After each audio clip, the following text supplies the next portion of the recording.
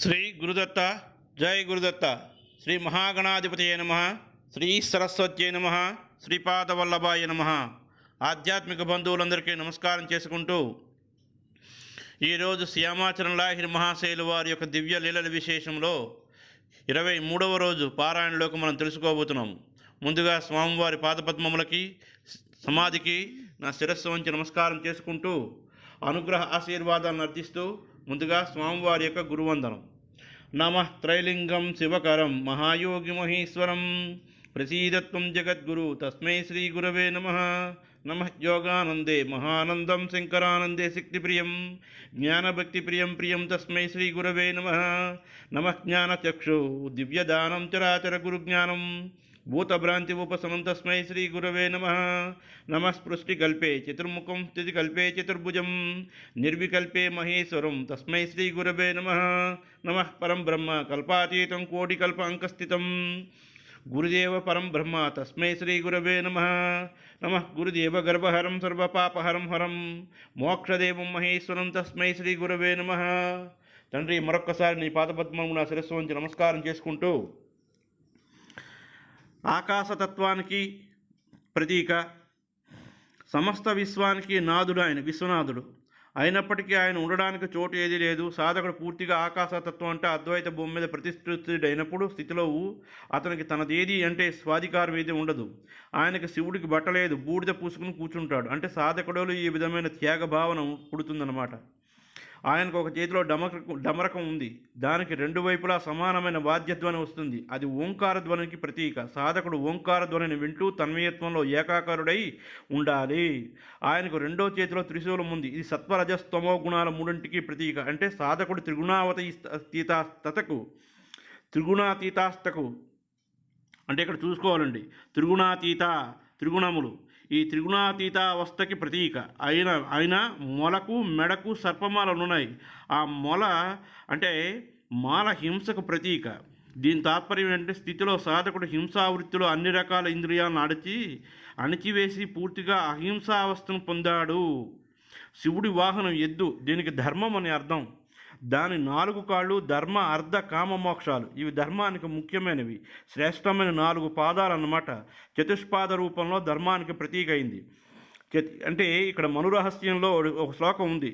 చతుష్పాత్ సకలో ధర్మ సత్యం చైవ కృతే యుగే నా ధర్మేణ గమః కచ్చిన్ మనుష్యాన్ ప్రతివర్తతే. ధర్మాన్ని 4 పాదాలుగా విభజించారు. మొదటి పాదం జిహ్వగ్రంథి భేదనం, రెండో పాదం హృదయ గ్రంథి భేదనం, మూడో పాదం నాభి గ్రంథి భేదనం, 4వ పాదం మూలాధార గ్రంథి భేదం. ధర్మం 4 పాదాలు ఇవి.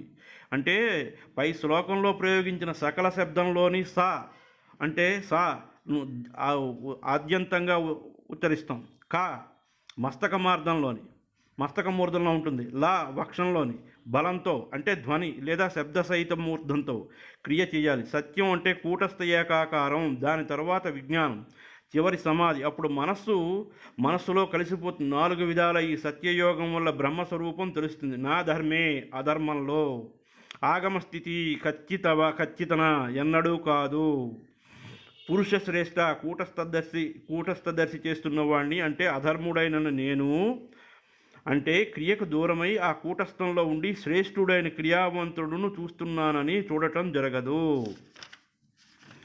ఈ విధంగా శివుడు శూన్యత్వానికి ప్రతీక. సాధకుడు శూన్యత్వంలో నిలదొక్కున్న తర్వాత జీవన్ముక్తావస్థ పొందుతాడు. శూన్యం అంటే ఏదీ లేకపోవడం, ఏదీ లేని అవస్థే బ్రహ్మం. ఈ విధంగా సమస్త దేవతాతత్వాల జ్ఞానము పొందిన మీదట సిద్ధి అంటే ముక్తి కలుగుతుంది. యోగిరాజుల వారు ఒకసారి ఇలా చెప్పారు. హృదయమే జప్ అపాన్ వాయు ఆవే 10 प्रकार के अनहद सुनावे चिम चिम चिम चिम क्षुद्रघंट शंख विस्ताल मुरళి పకావాస్ నహవత్ దీర్ఘగంట. బయట చేసే స్థూల పూజలో ఎన్ని రకాల బాజాలు వాయిస్తారో అవన్నీ అంతర్వాద్యానికి ప్రతీకలు. యోగులు వీటిని వింటారు. వారు ఇంకా రాశారు. కాసార్ కా ఆవాజ్ హుయి గలే మే చినికి మాఫిక్ మీఠా మాలూమ్ హుయా आंख के सामने बिजली चमकने लगा ओंकार का ध्वनि बहुत देर तक सुना. కంచుగంట ధ్వని వినిపించింది. గొంతులో పంచదార లాంటి తీపి తగిలింది. కళ్ళకెదురుగా మెరుపులు మెరిశాయి. చాలాసేపటి దాకా ఓంకార ధ్వని విన్నాను. మళ్ళీ రాశారు. రగ్కే रग के दोनों सेनेतर के एक आवाज निकता उसका नाम अनहद बाजा उच्चा छोटा वाइद्य की उपार के कोटीचे गावा पर चटके मालूम होता आई हमसे ये सा सुने का सुर देते यही उच्चा कुछ कम और आवाज़ यही हिम मालूम होता है कब बद में चेत आदमी स्त्रो एका कांसर घंटा बाजाई रहे बड़ा घंटा का आवाज़ सिर्फ भीतर पीछे మాలూం హువా అంటే నాడికి రెండు వైపులా నుంచి ఒక ధ్వని వెలువడుతుంది. దాని పేరు అనాహత ధ్వని. అంటే నాదం పై ఇంటి గవాక్షంలోంచి వస్తున్న ధ్వనిలా ఉంది. అంటే సున్నాయి స్వరం కంటే కొంచెం తక్కువ స్వరం వినవస్తున్నట్టు అనుభవం అయింది. చాలామంది కలిసి ఒకసారి కంచు గంటలు మోగిస్తున్నట్టు ఉంది. పెద్ద గంట చప్పుడు తలలో వెనకాల వైపు విన్నాను. యోగిరాజులు అన్నారు, మహాదేవుడు ఎద్దును వాహనంగా ఎందుకు ఎన్నుకున్నాడు?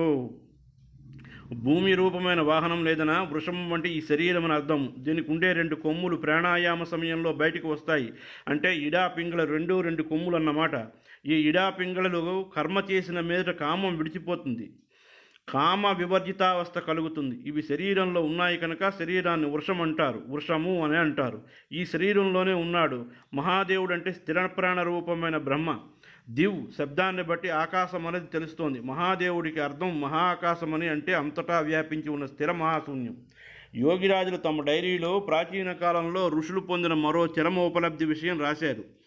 అది పురాణ్ కిశున్జీ సే బెంట్ హూయి, అంటే అది ఆది పురాణ పురుషుడు కృష్ణుని చూశానని అర్థం. మళ్ళీ రాశారు, ఆది పురుషే బెంట్ జీబ్ ఆవో రాగే జాయ్ కే రహరా శూన్య భవన్ మే మన్ గయా, అంటే ఆది పురుషుని దర్శించాను, నాలుగు ఇంకా పైకి లేచి ఆగిపోయింది. ఈ ప్రకాశంగా కేచరీ సిద్ధి కలిగింది. మరి మనసు శూన్యభవనంలోకి ప్రవేశించింది. శూన్యం అంటే ఏమీ లేదని అర్థం. ఈ ఏమీ లేని అవస్థలో అంటే మహాశూన్యంలో మనసు కుదురుతుంది. కేవలం కుంభకం కలిగితే ఈ స్థితే ఏర్పడుతుంది. దీన్ని కేచరీ సిద్ధి అని అంటారు. ఈ శూన్యావస్థ విషయంలోనే వారు మళ్ళీ ఇలా రాశారు, శూన్య అసల్ చీజ్ హాయ్ స్వాహా భీతర్ చల్తా హై. ఈ శూన్యమే సత్యం, అంటే బ్రహ్మం. ఎందుకంటే అక్కడి నుంచి అన్నీ ఉత్పన్నమవుతాయి, అందులోనే అన్నీ లయమైపోతాయి.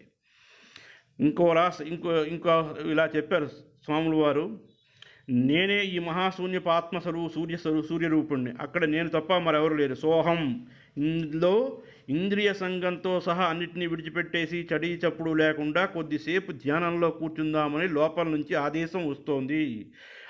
ఈ స్థితిలో మైథునం అంటే స్త్రీ పురుష సంభోగం మాదిరి ఆనందం ఒకటి పాదాల నుంచి శిరస్సు దాకా కలుగుతోంది. నేను మహాశూన్యానికి లోపల చూస్తున్నదే బయట కూడా చూస్తున్నాను. అంటే లోపల వెలుపల ఉన్న ఒకటి అయిపోయాయి. అంతటా మహాశూన్య రూప బ్రహ్మాన్ని చూస్తున్నాను. ఇప్పుడు నా ఉనికిని కూడా వదిలేసి సంపూర్ణంగా శూన్యమైపోవాలి, మహాశూన్యంలో కలిసిపోవాలి. ఈ పురాణ కృష్ణుడు అంటే ఆది పురుషుడు ఎవరు? ఈ విషయంలో గీతలోని ఉపనిషత్తులోని ఇలా చెప్పారు, ఆజో నిత్యం శాశ్వతోయం పురాణం, అంటే శాశ్వతుడైన వాడు, తనకు ముందు మరెవరినీ లేనివాడు అయినా ఆ చిరకాల నుంచి ఉంటూనే ఉంటాడు. మార్పు లేనివాడు, నశింపలేనివాడు, పుట్టుక లేనివాడు, అమరణ ధర్ముడు ఆ పురాణ పురుషుడే యోగి. కూటస్థ గుహలో ప్రవేశించినప్పుడు అంతా బ్రహ్మమయం అయిపోతుంది. అప్పుడు అంతా ఏకాకారం అయిపోతుంది. రెండుగా ఉండే స్థితి ఉండదు. రెండూ లేనప్పుడు ఇక పుట్టుక ఎక్కడ? దాంట్లోనే లయమైపోవడం ఉచితం. అది ఆదిదేవుడు, అంటే దేవాది దేవుడు. ఇందుకే ప్రాణకర్మ లేకుండా అక్కడ ఉండడం కష్టమని యోగిరాజులు అంటూ ఉండేవారు.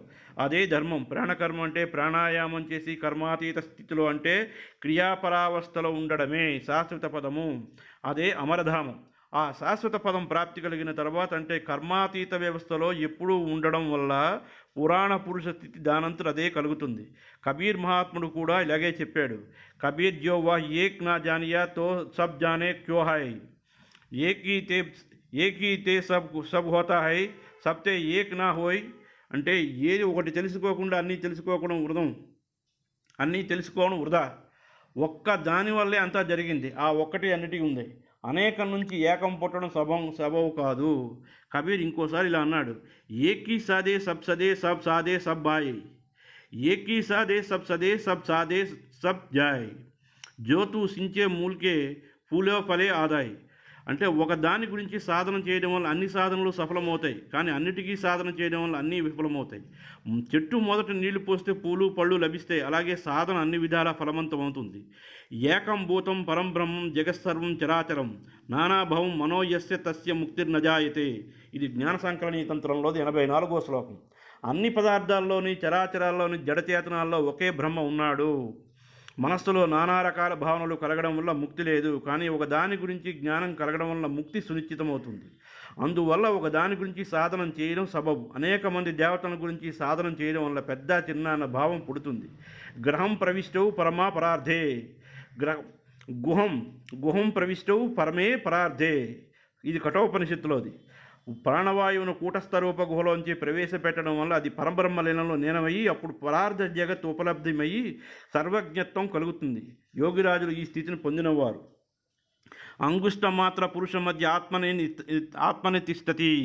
కంబల్యాక ఉపనిషత్తు, ఇది ఉత్తరవలిలో ఉన్నది. ఇది కూటస్థంలో బొటన వేలుడంత పురుషుడిలో ఆత్మ నివసిస్తూ ఉంటుంది. ఇందుకే యోగిరాజులు భక్తుల్ని కూటస్థంలో బొటన వేలుడంత పురుషుడిని చూడండి అని అడుగుతూ చెప్తూ ఉండేవారు.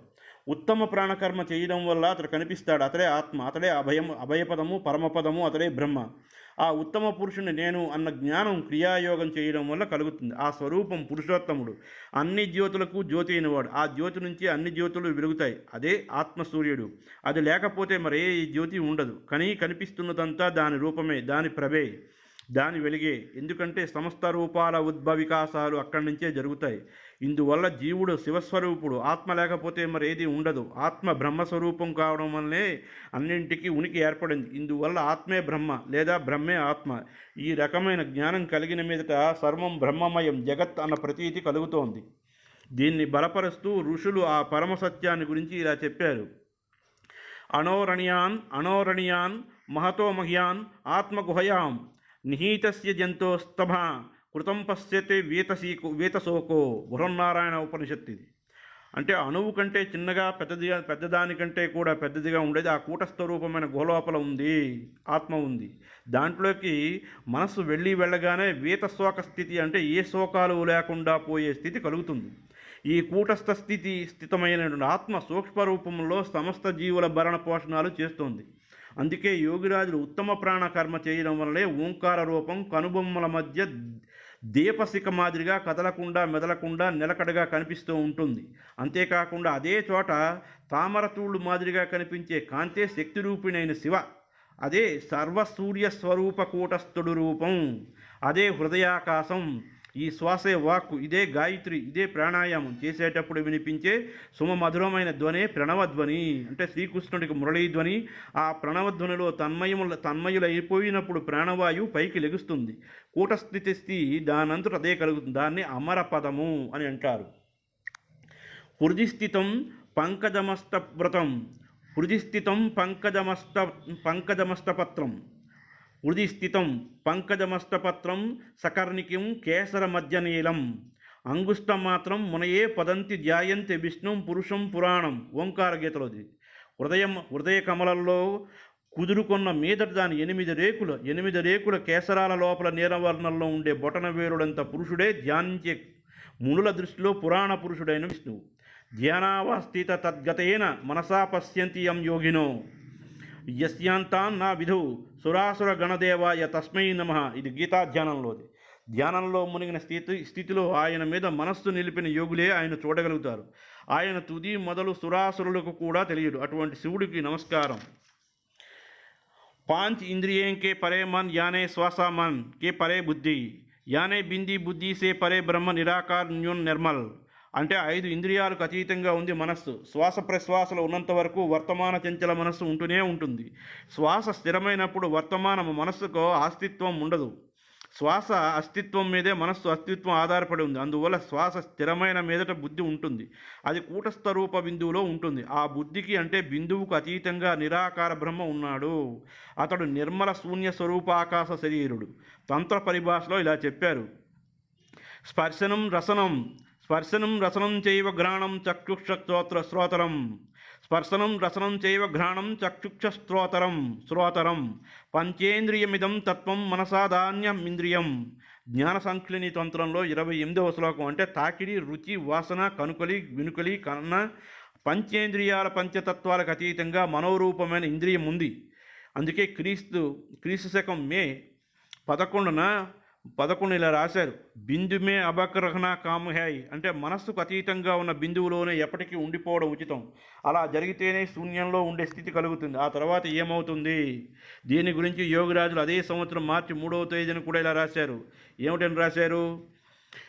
కాంతిమయ గృహంలోకి ప్రవేశించాను. అక్కడ నిజంగానే ఎవరో దీపం వెలిగించినట్టు ఉంది. శ్వాస లోపలనే సాగుతోంది, అంటే సుషుమ్న లోపల సాగుతోంది. ఆ స్థితిలో ఉదయం పొద్దు పొడవక ముందు, సాయంత్రం పొద్దు కుంకక ముందు వెలుతురు లేనప్పటికీ అన్నీ వాటంతట అవి ప్రకాశిస్తూ కనిపించేటట్టుగానే ఉంది. ఆ తర్వాతే సమాధి స్థితి కలుగుతుంది. ఈ విషయంలో వారు జనవరి 13న సాధనలో కలిగిన తన అనుభవాన్ని ఇలా రాశారు. ఏమిటని? 1000 రేకుల తామర పువ్వు అనే చక్రంలో స్థితి ఏర్పడుతుంది. సహస్రారంలో శూన్యగృహంలో ఇంకా స్వచ్ఛంగా చూశాను. నాలిక అంటే ఇంకా వెళ్ళి తాలువు లోపల నిలిచిపోయింది. ఆ సమయంలో పరమానందభూతి కలిగింది.